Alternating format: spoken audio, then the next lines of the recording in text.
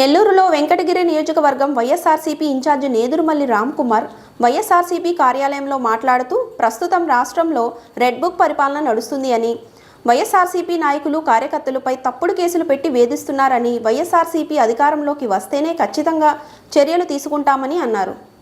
మీరు చేసేది red book పాలన కాదంటారా? కాదనగలరా? ఎవరు అనలేరు. ఎందుకంటే వాళ్ళే చెప్తున్నారు ఇది అవును మేము రెడ్ బుక్ పాలనే చేస్తున్నాం అని వాళ్ళే అంటున్నారు. మీరెవరు నో అని ఎట్టనగలుగుతారు? కానీ ఇప్పటికీ పుస్తకం చూపిస్తే ఇదిగో అవును రెడ్ బుక్ పాలన అంటున్నారు. వెంకటగిరిలో మా రామకృష్ణ గారు కూడా బుక్లో ఉండే పేర్లు అంటున్నాడు. మా కుర్రాడు పేచిరాజు తలబాగులు కొట్టారు. అది చాలదు అన్నట్టు మళ్ళీ గంజాయి కేసు పెట్టారు. అంటే చిన్నపిల్లలు కూడా అర్థమవుద్ది. 300 గ్రాములు పట్టుకుంటే అక్కడ సిఐ గారు ప్రెస్ మీట్ పెట్టారు. 300 గ్రాములు 9 గంటలకి పెట్టాల్సిన ప్రెస్ మీట్ మళ్ళా మాకు మీటింగ్ ఉంది తిరుపతికి పోవాలని 7 గంటలకు నిద్రలేపి మరీ పిలిపించుకోండి. 23 కేజీలు పట్టుకుంటే ప్రెస్ అంతా స్టేషన్ ముందర ఉంటే రికార్డ్ చేసి వాళ్ళకి ఇచ్చే వెళ్ళిపోయాడు. దొంగ కేసు క్లియర్గా అర్థమవుతుంది. అది కూడా ప్రూవ్ చేస్తారు. మీరు చూస్తూ ఉండండి. అది కూడా ప్రూవ్ చేస్తారు. ఏమన్నా అంటే రెడ్ బుక్ పాలన చూస్తున్నారు కదా. గన్నవరంలో వంశీ గారు మన డిప్యూటీ మేయరు డిప్యూటీ చైర్మన్ పోస్టులు ఏమి లేకుండా, నెల్లూరులో ఏమైంది? ఒక్కరు లేరు తెలుగుదేశం క్యాండిడేట్ డిప్యూటీ మేయర్ అయ్యారు. తిరుపతిలో ఒకరే డిప్యూటీ మేయర్ అయ్యారు. ఇది గొప్పగా చెప్పుకోవటమా? ఎలక్షన్ పెట్టండి.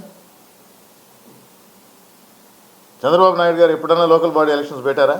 మా వాళ్ళు అంటూ ఉంటారు ఎలక్షన్స్ వస్తే. చంద్రబాబు నాయుడు గారు ఎప్పుడు పెట్టరాయా బాబు? ఆయన లోకల్ బాడీ ఎలక్షన్స్ ఎప్పుడు పెట్టరు. అందులో 6 నెలల్లో ఎంత వ్యతిరేకత ఉందనంటే క్లియర్గా జనమే చూపిస్తారు. ఆయన పెట్టరు. అది కూడా ఎందుకు? కారణం ఏం చెప్తారు? 27లో జమిలీ ఎలక్షన్స్ ఉన్నాయి కాబట్టి ఇంకేముందిలే వచ్చేస్తున్నాయి అని అన్నీ ఒకేసారి చూసుకుందాం. అది కూడా మీకు చెప్తున్నా. 27లోనే జమిలీ ఎలక్షన్ మొదటి విడతలో చేశారు కాబట్టి 40% జనం ఆయన నమ్మి ఆయనకు ఓట్లు వేశారు. మీకేంటి డౌటు? 40% ఓటర్లు ఆయన పక్కే ఉండరు. అపోజిషన్ లీడరు మీకు అర్హత లేదు అన్నారు. సరే, ఒక జగన్మోహన్ రెడ్డి లాగా బయటకు వస్తేనే ఇప్పటికీ జనం తండోపతండాలుగా వస్తున్నారు. ఎవరు తోలిన వాళ్ళు కాదు. అదే ప్రస్తుతం ఉన్న మంత్రి కానీ ముఖ్యమంత్రి కూడా రావటంలా. జనంలో జగన్మోహన్ రెడ్డి ఉన్న ఆదరణ ఆడ క్లియర్గా కనబడుతుంది. ఆయన చేసిన మంచి పనులు కొన్ని ఎలా ఉంటాయంటే ఉన్నప్పుడు గుర్తించరంట, లేనప్పుడు వాటి విలువ ఇంకా తెలుస్తుందంట. ఈరోజు జగన్మోహన్ రెడ్డి నిజంగా దేవుడయ్యాడు. దేవుడని అంటుండరు.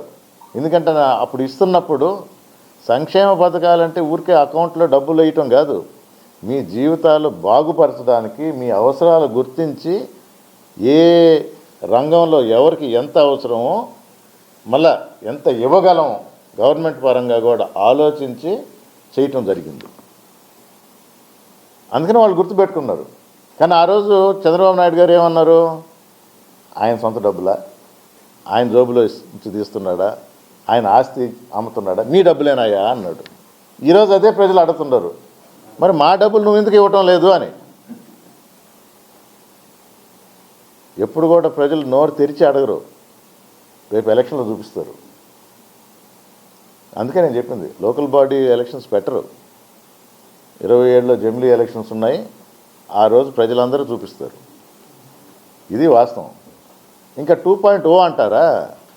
జగన్మోహన్ రెడ్డి గారు సాక్షాత్తు ఓపెన్గానే చెప్పాడు, లీడర్స్గా క్యాడర్కి కార్యకర్తలకి కొంచెం ఇబ్బంది పరిస్థితులు ఎదుర్కొన్నారు. అది ఆయన గుర్తించి మాకు ఒక సందేశం ఇచ్చాడు. నేను జనం గురించే ఆలోచించాను, జనం గురించే చేశాను, ఈసారి మిమ్మల్ని కూడా గుర్తుపెట్టుకొని మీరు నాకు ముఖ్యం, మీకోసం నేను చేస్తాను, జనము ఉంటారు మీరు ఉంటారు అని. అది దాని అర్థం. ఊరికే నోటి మాటగా ఏదో ఒక మాట చెప్పేసి దాన్ని పట్టించుకోనక్కర్లేదు అనేది ఒకరి నైజం. చెప్పిన మాట మీద నిలబడాలి అని ఆచితూచి ఆలోచించి చేయగలిగితేనే చెప్పే నైజం జగన్మోహన్ రెడ్డిది. అదే చేస్తున్నారు. అది 2.0 భయపడుతున్నట్టున్నారు. అప్పుడే 1కే తట్టుకోలేకపోయాము, ఇంకా 2 అంటే ఇంకేంద్రా నాయనా ఇది అన్నట్టు. నాకు అది ఆ విధంగా అర్థమైంది. జగన్ 1 తట్టుకోలేకపోయారు. 40% ఓట్లు బని, అది గుర్తించండి. ఇప్పుడు జగన్ 2 అంటే ఇది మన వల్ల అయ్యేది కాదు అన్నట్టు క్లారిటీ వచ్చినట్టు ఉంది. మనమా ఏం చేయలేకపోతున్నాం, మనమా మాట తప్పుతున్నాం, మనమా నన్ను నిలబెట్టుకోలేకపోతున్నాం. ప్రజలు ఆల్రెడీ చిత్కరించుకుంటున్నారు, ప్రజలు క్లారిటీ వచ్చింది.